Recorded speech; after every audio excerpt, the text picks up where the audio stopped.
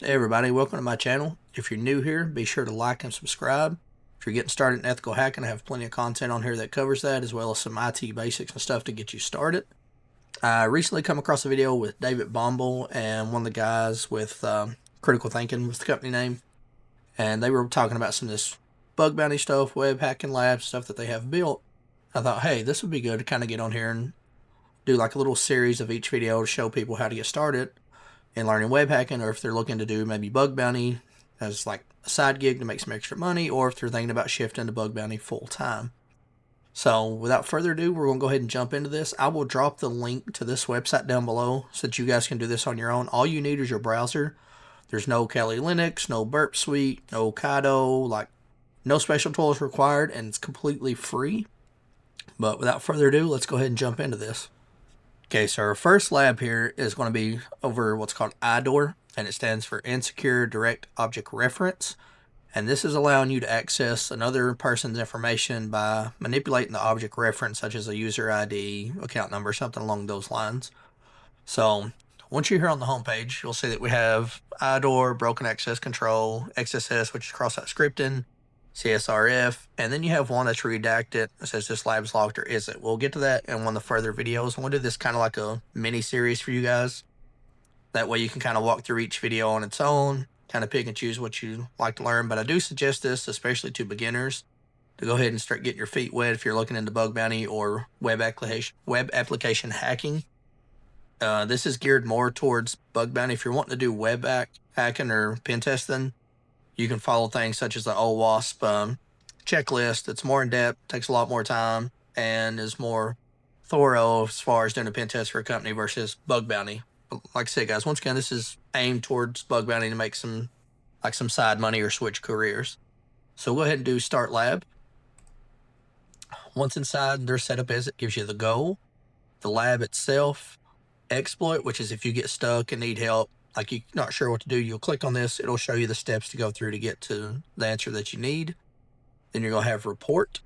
This is how you would report it as a bug bounty report. It says here, this is what you would submit through groups such as like HackerOne, Integrity, Bug Crowd, some companies along those lines where you do bug bounty hunting legally. So you give a quick summary of what the IDOR is, what you found, the steps to reproduce it so that they can verify the exploit does exist and that it is like legit, so they can reward you if it's found and they fix it. You do have to be aware though, sometimes you'll find something that ends up being a duplicate. Somebody else has already found it. In that case, you won't receive a bounty, but you sometimes get reputation points stuff to build you up that may eventually get you invited to some private programs through HackerOne or like one of those groups. Then once you've done that, you'll have to kind of give them the impact, which is what would this cause? Like, why is this an issue? And it says an attacker could enumerate user IDs to access any user's personal information, including name, email, phone number. This could also include credit cards, social security numbers, anything like that, like PI, like personal identifiable information. This constitutes a data breach affecting all users of the platform. Sequential IDs make enumeration trivial, allowing bulk data extraction. All right, so let's jump into the lab. So here in the top, this little menu, we'll hit Lab. We're going to hit Open Lab. And it's going to ask us to generate credentials. So we'll click on Generate Credentials. And you'll see that it gives us Frank Smith as our profile as us logged in. Our user ID is 6. Has our email, phone number, what our role is, which is just a user, when we join, and the password that's kind of grayed out. So if you're new, this probably doesn't really mean anything to you. But if you're looking for IDORs, usually in the URL or the request that you're sending, if you're intercepting using something like Burp Suite or Kaido, you'll see here that we have ID equals 6. So a simple way to check for an IDOR is just take that number out and replace it with another one. So we'll put the number 1 in here, and we're going to click Enter. Once we do that, you'll see our information change that we're now Alice Johnson. Different ID, different email, different phone, same role. But now that we have access to another user's information, this indicates that this is a true IDOR. Like we can manipulate the number just to find a different user. You can do this manually. You can go up here and change this to a 2, different user. You can change to a 3, different user, just continue through the numbers. There is ways to automate this using something like Burp Suite or Kaido, but that's out of the scope of this video. This is kind of just, like I said, trying to get your feet wet into bug bounty and kind of show you the route that you can go to learn. So now that we have this, let's jump back. Let's click on report, because we found this IDOR and we want to turn it in to try to get us some money.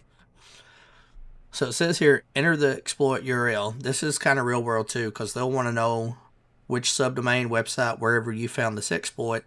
They want the direct link to it so they can go and try what you said to verify that it is existing and that the exploit is there.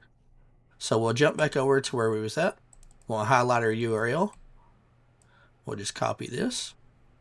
Go back to the hero report. We're going to paste that in there. And you'll see that it says lab solved. So that completes this first lab. So guys, be sure to continue to check back. I'm going to walk through each of these labs for you guys in little separate videos. Just everything focused on the lab for that day. Just get your feet wet. Like I said, completely free. Don't cost you guys anything. Just watch the videos, walk through yourself with any browser that you prefer to use, and then we'll go from there. Thank you for watching.